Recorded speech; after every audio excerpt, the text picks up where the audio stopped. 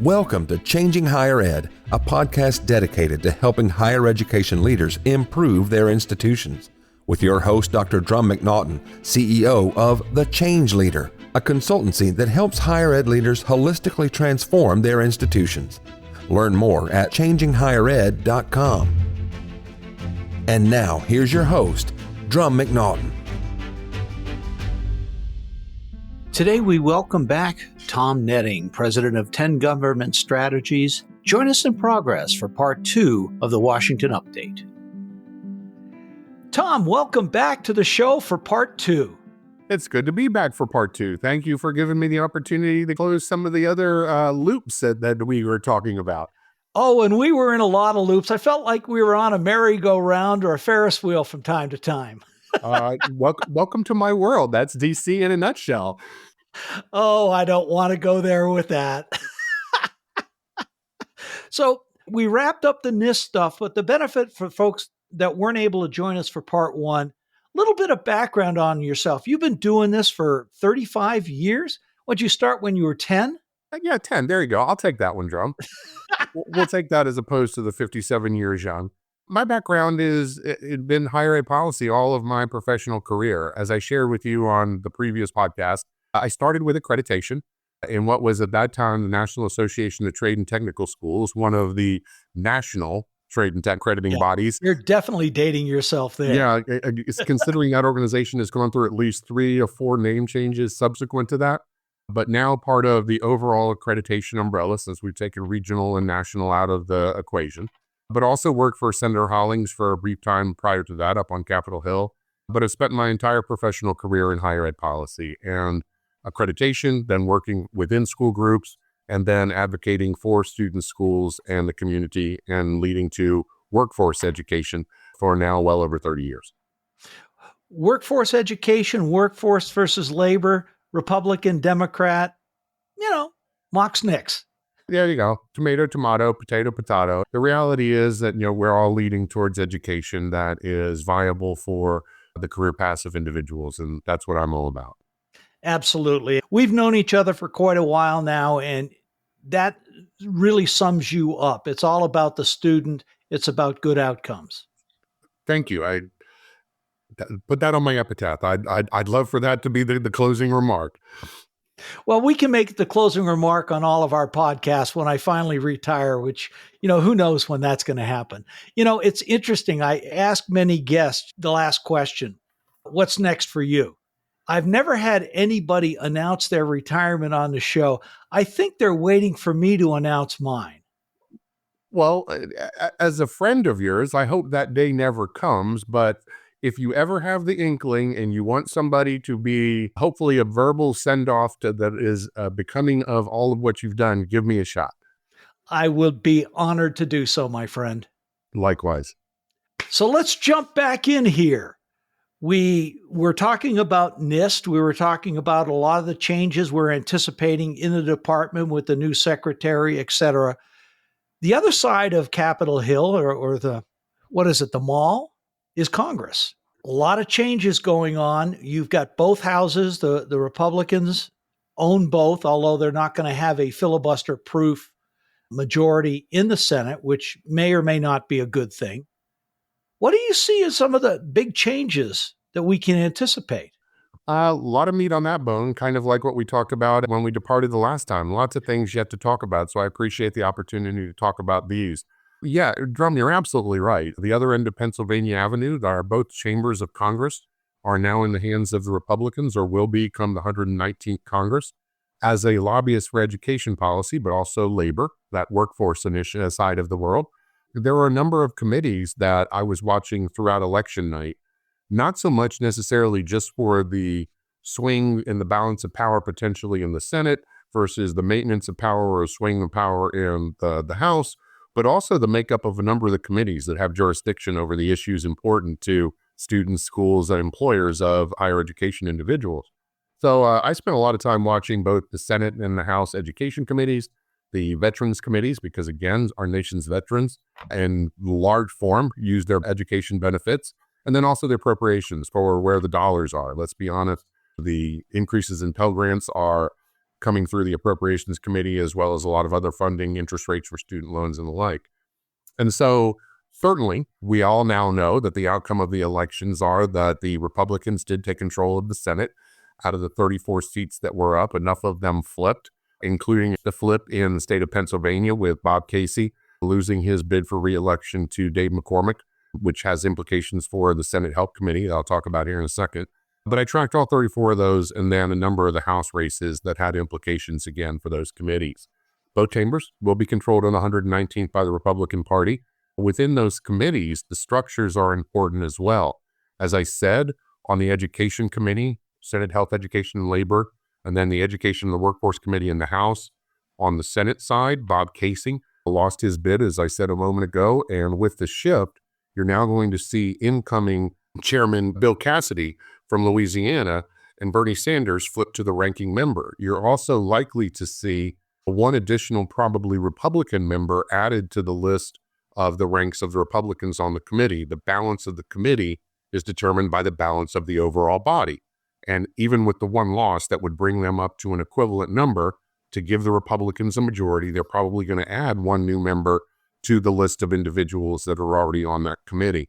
We'll obviously all be paying attention to see who that new Republican addition is and if there's any changes in terms of individuals leaving the committee. I don't think there will be, but, again, something to be watching for in January. With Bernie Sanders stepping down from the chair to the leading position, what changes do you see are going to happen under Cassidy? Well, again, a lot of this is up to what the Republican overall platform is. Mr. Cassidy has been heavily laden with focus on healthcare issues. So again, this committee covers such a wide berth and depth and breadth of issues. It remains to be seen where they'll go within education. Candidly, Mr. Sanders, like Mr. Cassidy, spent a lot of time in the previous 4 years and in their previous 2 years as the chair and the ranking member reversed on healthcare policy and on workforce with very little on HEA, meaning true higher education policy. You have to keep in mind, one of the things that all of us in higher education are waiting for is a reauthorization of the Higher Education Act. The last time it was reauthorized was in 2008. I think we're going to see a gravestone before that happens. I'm not so sure, Drum. I do Really?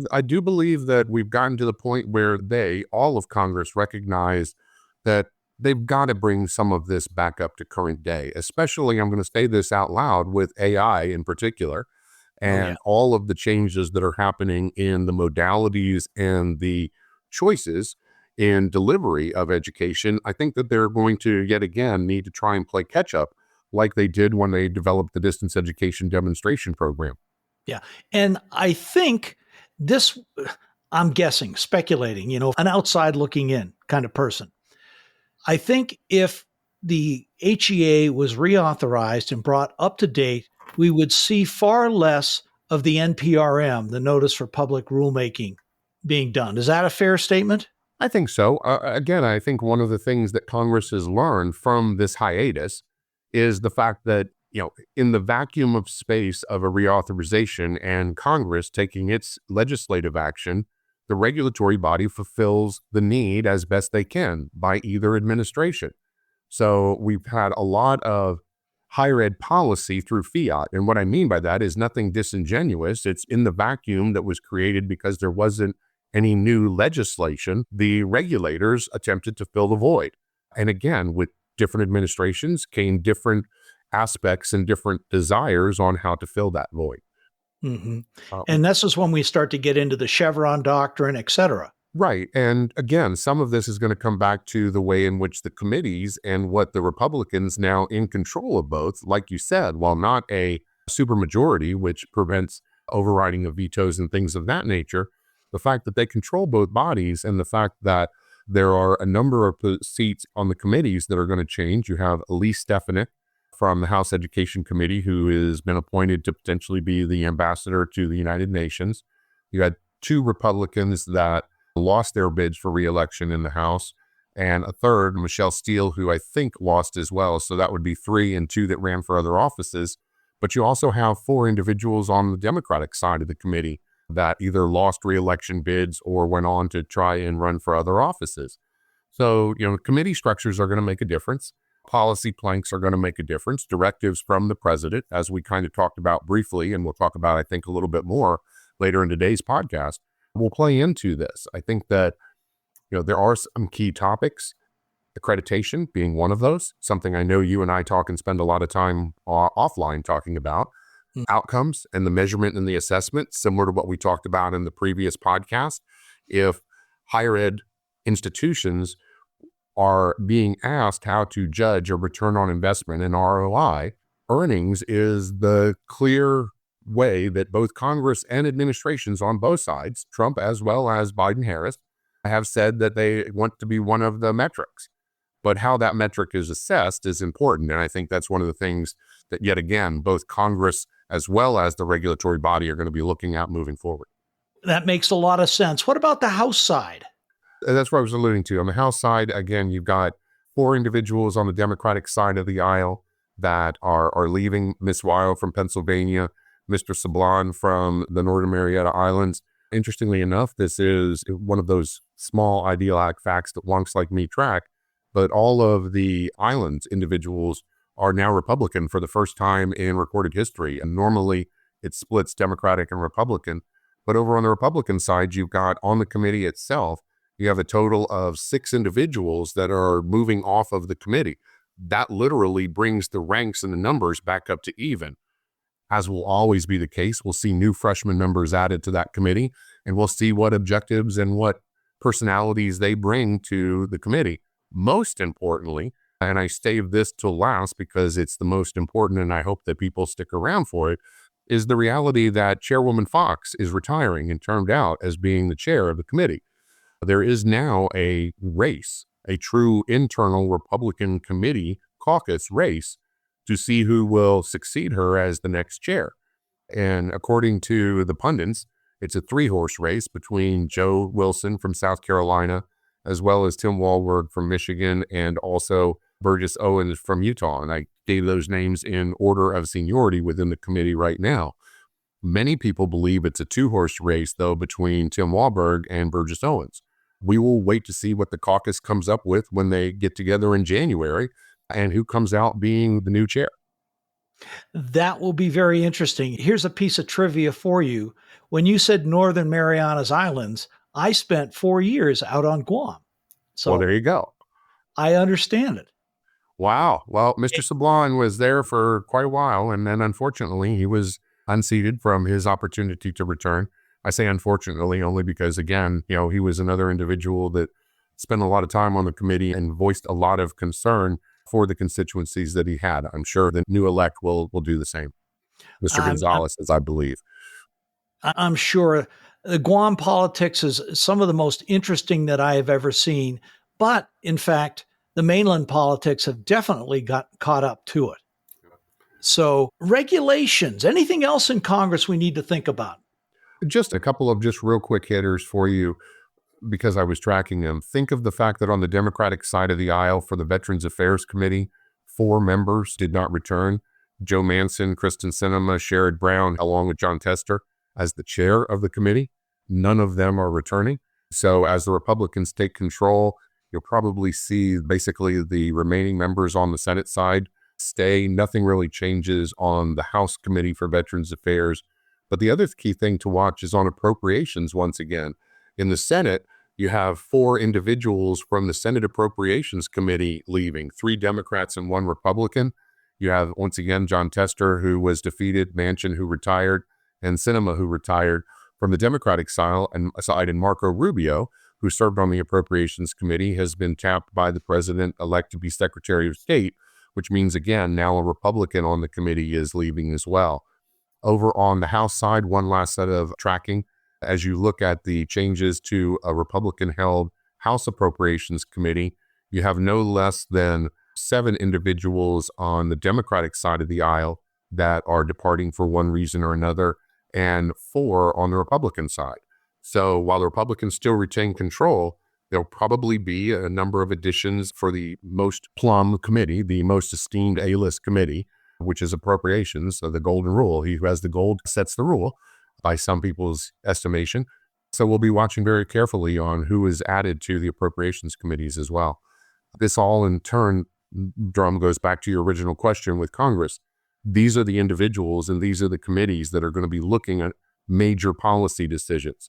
Everything from the reconciliation bills that will be forthcoming before we even potentially get done with this Congress, which is ways to find savings, normally through cuts, and protecting whether those cuts do or don't come from all committees, including education and things that we care about or concerned about. And then obviously the policy concerns protecting our veterans' access to higher education, protecting all of higher education and policy through the education committees, and then financing those through the appropriations committees. Mm-hmm. So if there were 3 takeaways about all the changes in Congress, what would they be? The 3 quick takeaways are: stay tuned for the leadership, because that will set the tone and the tenor. But we do know that a lot of this will come from the new president-elect. There will be considerable discussions around accreditation and around outcomes. So that's takeaway number 2. So be prepared to start to have discussions, regardless of what institution you're a part of, in terms of outcomes measures and how the return on investment for all of education, not just portions of education, is assessed. And last but not least, the one that I'll touch on that I hadn't touched on previously is all of Congress is aware that we are getting to the point where student loan repayments are going to become due, and how that whole process is undertaken by both Congress as well as by the new incoming administration is going to be something that I think you're going to be hearing quite a bit about in 2025. Absolutely. One question. Only one? Only one. Given the recent attention, and especially on, workforce development, things along those lines, is liberal education dead? No, I don't think liberal education will ever be dead. Will it have to go through maybe some transformation or maybe even some growing pains in some of its delivery or some of what all is included in liberal arts education? Yeah, probably. But no, I don't think that there will ever be the death of liberal arts education. I do think that some of the benefits that have been afforded individuals in liberal arts education are going to be more directly addressed. That includes, on the good side, Drum, things like the recognition that there is still a place for public service loan forgiveness for specific types of professions and vocations that we know are never going to necessarily provide the most robust of incomes, but serve a purpose for our communities. But some of the ways in which those are delivered, some of the manners in which they are reviewed, I do think are going to be subject to additional review, as will all of higher education. You and I have had this discussion before, and I'll say it to your listenership. Education's changing. And the reality is it's hard pressed to walk away from the comfort that bricks and mortar and the way in which education delivery has been done in the past. But the pandemic showed us that hybrid education can work. There have certainly been longstanding areas where distance education and true virtual education, be that synchronous or asynchronous, has been a part of changing the ways in which individuals seek that education. And I think you're going to see more of that. And again, as I've said before, I am not certainly an expert by any means on AI, but artificial intelligence is going to play a role in that moving forward, from everything I'm seeing moving forward as well. Absolutely. So thank you. That was very important and very good. Shifting horses again, regulations, courts, and executive orders. With the courts, we really don't know what's going to happen, although we talked about having 2 branches of the government controlled by the conservatives. We talked about Congress. We talked about the presidency. Really, the Supreme Court is controlled by the conservatives as well. That's correct. And I think you need to look at probably the regulations in several buckets or silos, if you will. You have the first silo, which are the regulations that have become final. That includes everything from borrower defense to repayment, to changes to the 90-10 rule for proprietary education, the broader issues of eligibility around the financial value, transparency, and gainful employment rules. That are all regulations. Those are promulgated regs. Mm-hmm. I think you're going to see some attempts to revise those. I don't think that, once again, they're going away. Part of that is because the notion, coming back to outcomes again, the ability for all institutions and all programs to potentially show their ROI through a look at assessment of, in part, not in total, but in part on the earnings post-graduation at some point in time, has become so embedded in the culture of both Capitol Hill as well as the Department of Ed. I don't see it being pulled out in its entirety.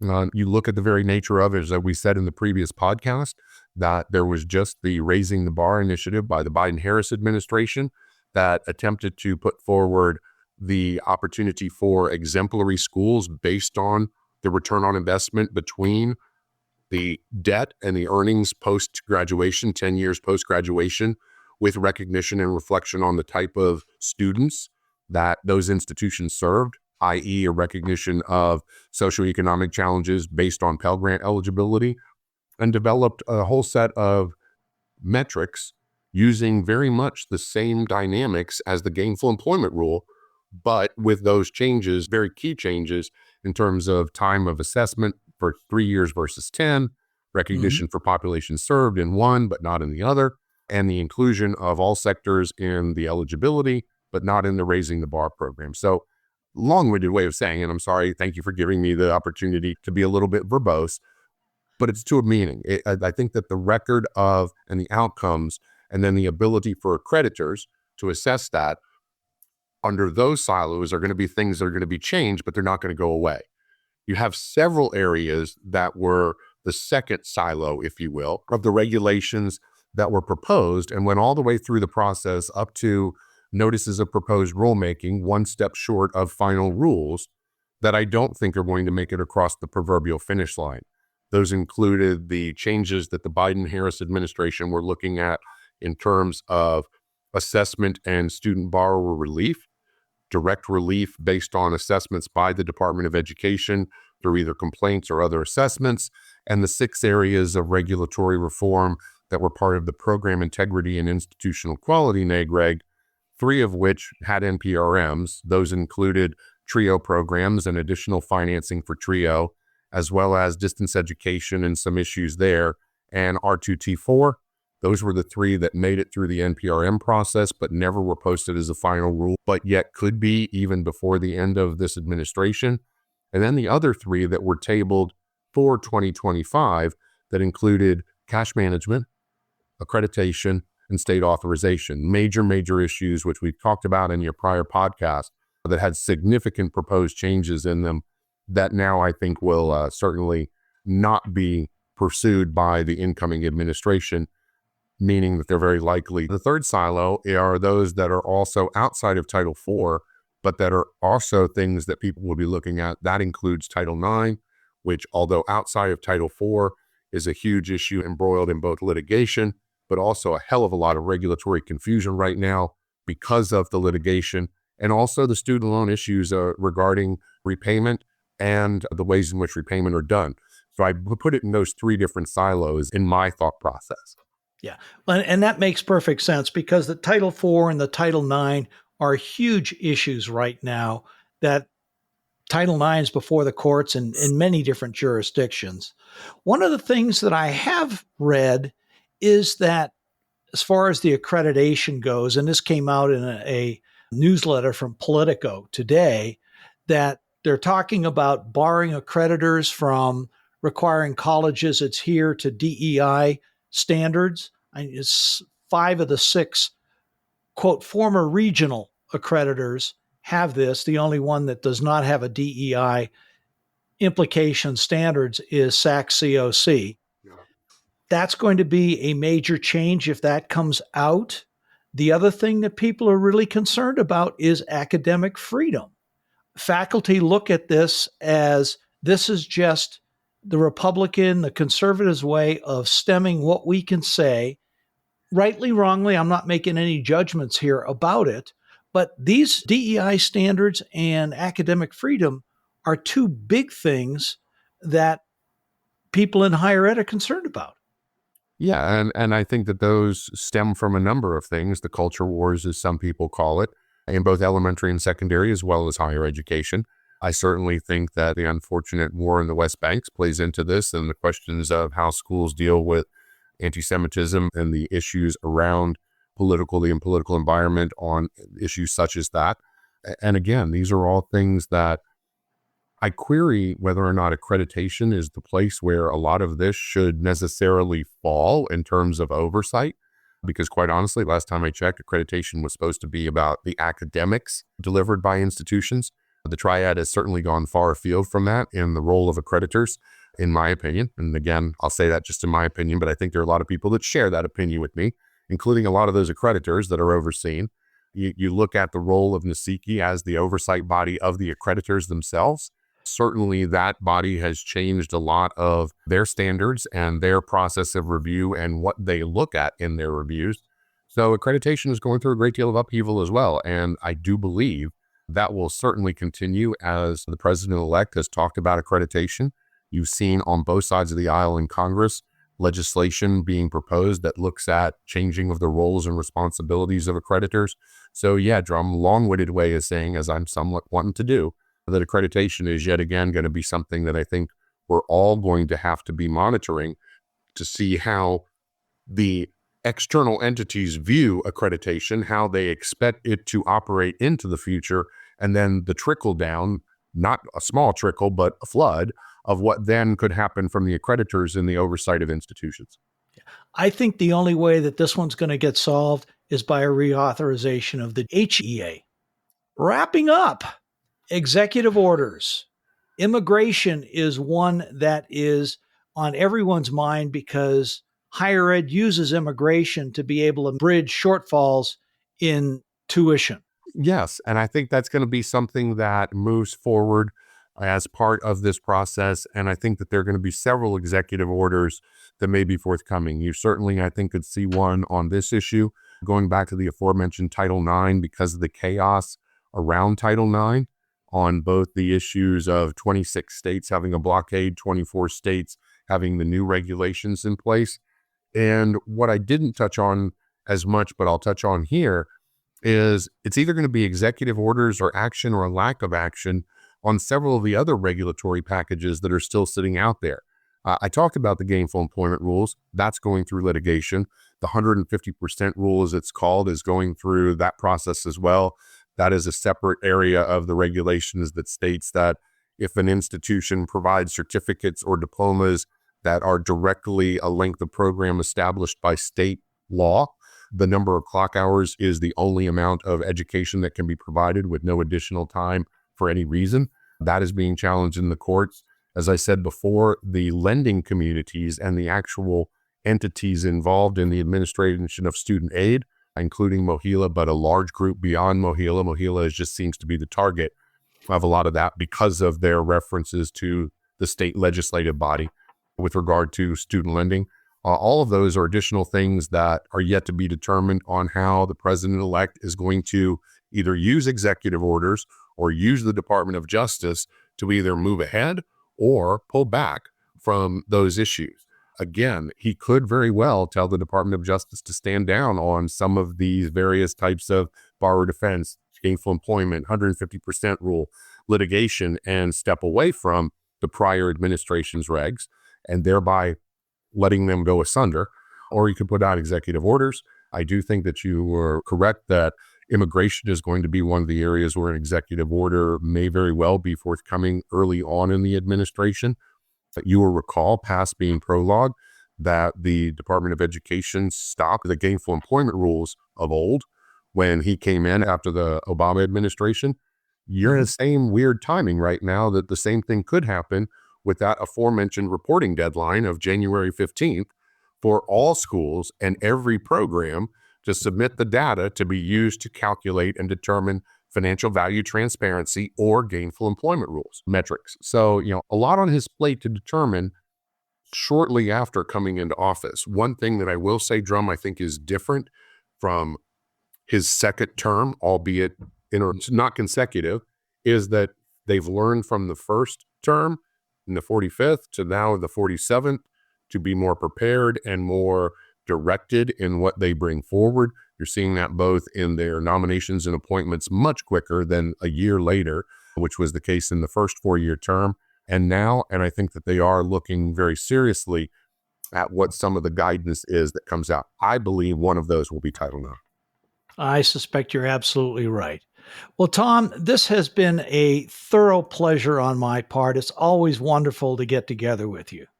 Likewise. And again, thank you for sharing. We probably should have done, or I should have at least done the caveat at the front end. Everybody, this is subject to change. That is the world of the dynamic we live in. But I'm pretty confident with a lot of what we've shared today being at least things that are not inaccurate. I can't promise that they will become the crystal ball guarantee, but these are all the things that certainly are prevalent and being discussed literally today, and certainly well beyond to the end of this administration and the start of the next.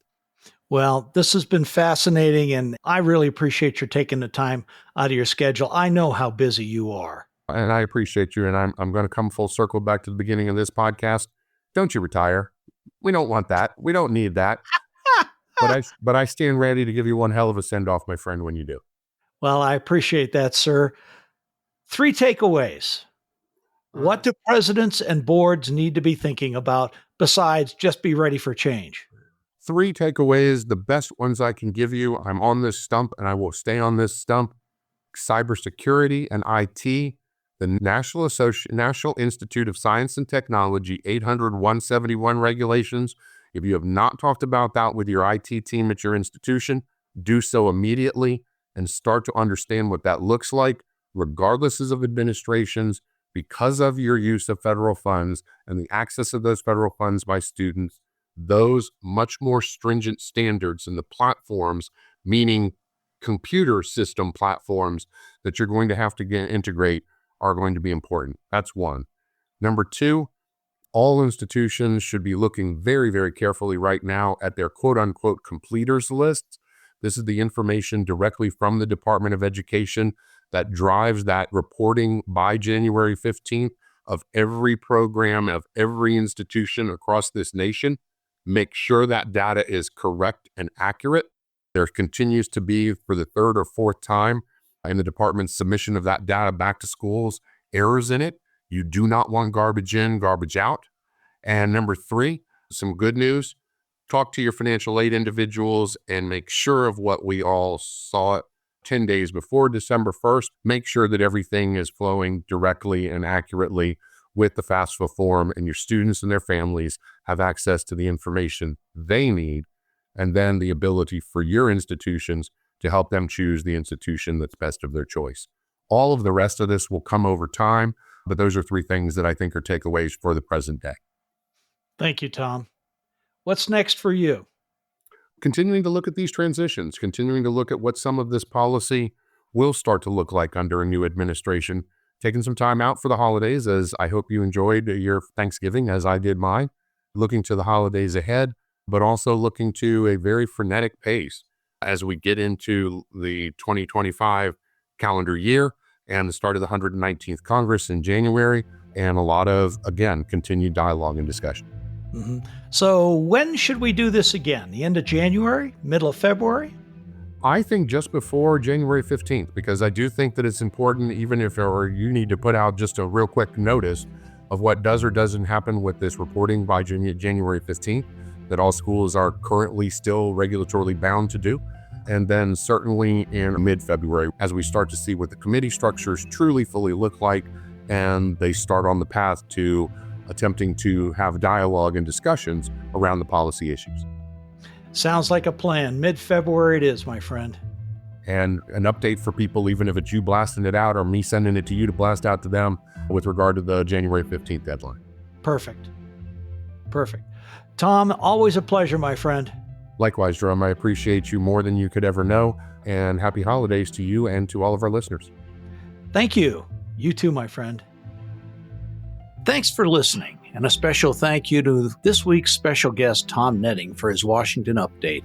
Tom, it's always a pleasure having you on the show. I look forward to the next time we get a chance to catch up. Thanks for listening. See you next time. Changing Higher Ed is a production of The Change Leader, a consultancy committed to transforming higher ed institutions. Find more information about this topic along with show notes on this episode at changinghighered.com. If you've enjoyed this podcast, please subscribe to the show, and we would also value your honest rating and review. Email any questions, comments, or recommendations for topics or guests to podcast@changinghighered.com. Changing Higher Ed is produced and hosted by Dr. Drum McNaughton, post-production by David L. White.